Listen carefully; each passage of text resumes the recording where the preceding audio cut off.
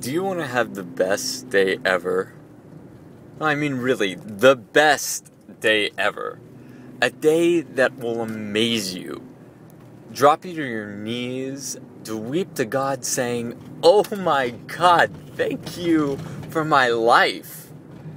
Now, I talked a little bit in another post about checking in with your day, checking in saying that I'm going to have the best day ever, and how saying that basically commits you to having the best day ever, because you don't want to experience cognitive dissonance by not having the best day ever, so you'll force yourself to.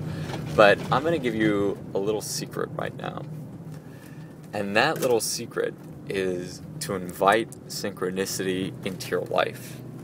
Now, this might not mean very much to you right now, but if you can make it happen, and by make it happen, I mean accept it happening, it's going to mean a whole lot. Now, what is synchronicity? And specifically divine synchronicity.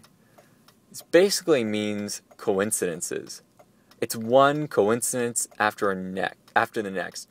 I'm sure you've had those moments in your day where something goes right, and then another thing seems to go right, and then a part that you just completely forgotten about or seemed totally trivial or negligible goes right, and then something else goes right, and then, just one thing after the next, all these dominoes fall where things are just going your way, you're flowing. And then you have days where it's just the total opposite. What's the difference? In one, you flow. What does that mean? That means that you accept the opportunities that come to you, and you just go with them. You be yourself. Now, I know that's hard to do, especially right now where, I'm not going to explain to you what it means to be yourself or anything like that. But really, all it means, being yourself, is just allowing whatever you feel to be expressed freely.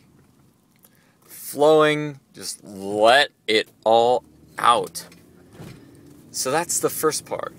But then the second part is asking for it. Ask, say, I want to experience divine synchronicity today. Why? Because just like asking to experience the best day ever and declaring it, you activate, sorry to get technical here, but your reticular activating system. This is your siren, your radar for synchronicity.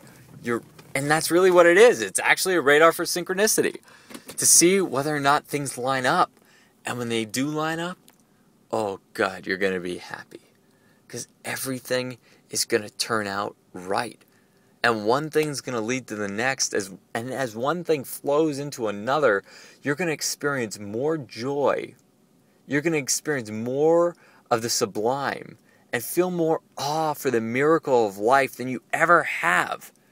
Now that's an honest, sincere, authentic, mystical experience. And you have to accept that in your life.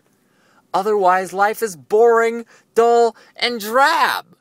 Come on, if things aren't flowing from one thing to the next and everything just topples over each other better and better and better. And come on, I know if you're listening to this, you might have listened to stories of other, self-help people or spiritual leaders or anything like that. And you know that from the stories they tell, it just seems like their lives are magical. They have one good experience, then another, and then another, and another. Now, if I gave you some pages from my day, you'd be blown away. How just one little thing in the morning could lead to something at night. I mean, God, my day-to-day was just amazing. I pick oracle cards with my girlfriend, and I picked Merlin, the card of alchemy, transformation, and healing. And then later that night, I'm at a party, and a numerologist is telling me, based on my birthday, I'm Merlin, and all these wonderful things. And now she's standing out my window, and she's beautiful.